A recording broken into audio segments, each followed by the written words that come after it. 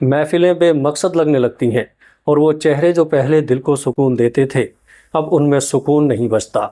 اور تب آپ کو پہلی بار تنہائی سے ڈر نہیں لگتا، بلکہ اسی تنہائی میں ایک عجیب سا سکون ملنے لگتا ہے، کیونکہ اب آپ ان چیزوں سے نہیں جڑ رہے جو فانی ہے، اب آپ کی روح اس ذات سے جڑنے لگی ہے جو ہمیشہ باقی رہنے والی ہے۔ پیارے دوستو، یہی وہ نشانی ہے جہاں اللہ چاہتا ہے کہ آپ صرف اسی کو چاہیں، اسی پر بھروسہ کریں اور اسی کو اپنا کافی سمجھیں۔ وہ دنیا سے آپ کی امیدیں توڑتا ہے تاکہ آپ صرف اسی سے امید باندھیں، اور یہی وہ موڑ ہوتا ہے جہاں سے روح کا سفر شروع ہوتا ہے جو سیدھا اس کے در تک جاتا ہے۔ اب آئیے گا تیسری نشانی، جب بنا کسی وجہ کے آپ کا دل بہت بھاری رہنے لگے، آپ مسکرا بھی رہے ہو، سب کچھ ٹھیک بھی چل رہا ہے، لیکن اندر جیسے کچھ ٹوٹ رہا ہو، تو سمجھ لیجئے گا یہ اس رب کی پکار ہے جو آپ کو غافل دیکھ نہیں سکتا۔ اللہ جب اپنے کسی بندے کو بدلنا چاہتا ہے تو سب سے پہلے وہ اس کے دل کی حالت بدلتا ہے۔ باہر کی دنیا سب کو ویسی ہی نظر آتی ہے جیسی تھی، لیکن اندر سے آپ ہر روز ایک عجیب سی کشمکش میں ہوتے ہیں، کسی سے کچھ کہتے بھی نہیں، لیکن روح چپ کے رو رہی ہوتی ہے۔ یہ روح کا وہ رونا ہوتا ہے جو اللہ تک سیدھے پہنچتا ہے، اور وہیں سے رحمت کا سلسلہ شروع ہوتا ہے۔ آپ سوچتے ہیں کہ یہ اداسی، یہ خاموشی، یہ بے چینی، یہ سب آپ کے گناہوں کا نتیجہ ہے، لیکن کبھی کبھی یہ اس محبت کا پہلا نشان ہوتا ہے جو اللہ آپ کے لیے محسوس کر رہا ہوتا ہے۔ پیارے دوستو، وہ نہیں چاہتا کہ آپ اسی راستے پر چلتے جائیں جو آپ کو اس سے دور لے جائے، اس لیے وہ آپ کو روکتا ہے دل کے اندر سے۔ اللہ تبارک و تعالیٰ جب کسی کو ہدایت دینا چاہتا ہے تو سب سے پہلے اسے دنیا سے تھکا دیتا ہے، اس کی روح کو تنگ کر دیتا ہے دنیا کی بھاگ دوڑ سے، اور پھر وہ انسان جب سب سے تھک ہار کر بیٹھتا ہے اور کہتا ہے اے اللہ بس اب تو ہی کافی ہے، تو یہیں سے اس پر ایک نئی زندگی شروع ہوتی ہے۔ پیارے دوستو، جب دل کی یہ عجیب سی حالت لفظوں میں بیان نہ ہو پائے اور آپ خود نہیں سمجھ پائیں کہ آپ کیوں دکھی ہیں،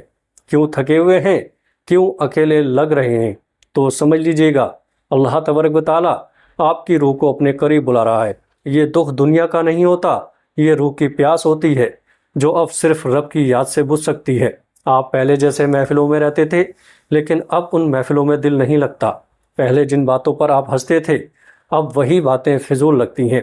پہلے جن خواہشوں کے لیے دل مچلتا تھا اب انہیں پانے کا من بھی نہیں کرتا۔ پیارے دوستو، اور یہ تب ہوتا ہے جب روح دنیاوی چیزوں سے اب کر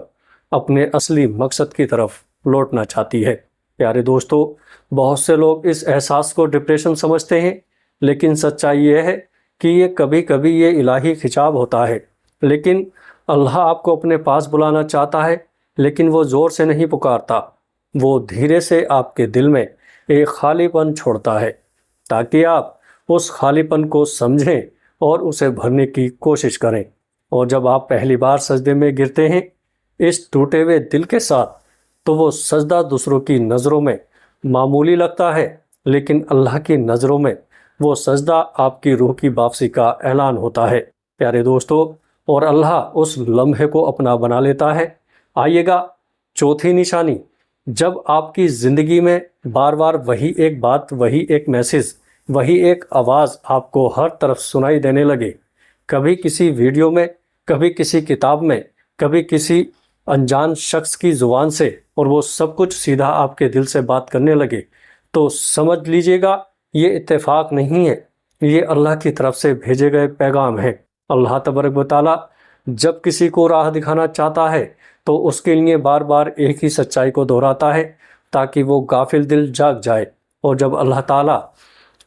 تعالیٰ چاہتا ہے کہ اس کا کوئی بندہ بدل جائے تو وہ اس بندے کے آس پاس ایسی چیزیں پیدا کرتا ہے جو اس کے اندر سوال اٹھائے، سوچ جگائیں، اور پھر اسے رب کی طرف موڑ دے۔ آپ نے کبھی محسوس کیا ہے آپ کسی گناہ میں ڈوبے ہوئے ہیں، لیکن اسی وقت کوئی نصیحت بھری بات کانوں میں پڑتی ہے اور دل کانپ جاتا ہے۔ آپ ایک راستے میں جا رہے ہوتے ہیں اور اچانک کوئی حادثہ، کوئی خبر، کوئی لفظ آپ کو روک دیتا ہے اور دل کہتا ہے یہ میرے لیے تھا۔ پیارے دوستو، یہی وہ لمحے ہوتے ہیں جہاں اللہ آپ کے دل سے بات کر رہا ہوتا ہے، مگر آواز کسی اور کی ہوتی ہے۔ وہ چاہتا ہے کہ آپ سنیں، سمجھیں اور لوٹ آئیں۔ یہ ہدایت کی پہلی دستک ہوتی ہے، اور اگر اس وقت آپ نے اسے نظر انداز نہیں کیا تو سمجھیے آپ نے اس راستے کی طرف پہلا قدم بڑھا لیا ہے جو سیدھا آپ کے رب تک جاتا ہے۔ جب یہ پیغام بار بار آپ کے سامنے آنے لگے اور ہر بار دل تھوڑا اور بھیگ جائے، تھوڑا اور ٹوٹ جائے اور تھوڑی دیر کے لیے ہی صحیح لیکن آپ کو رب کی یاد میں ڈبو دے، تو سمجھ لیجئے گا یہ اللہ کی خاموش مدد ہے۔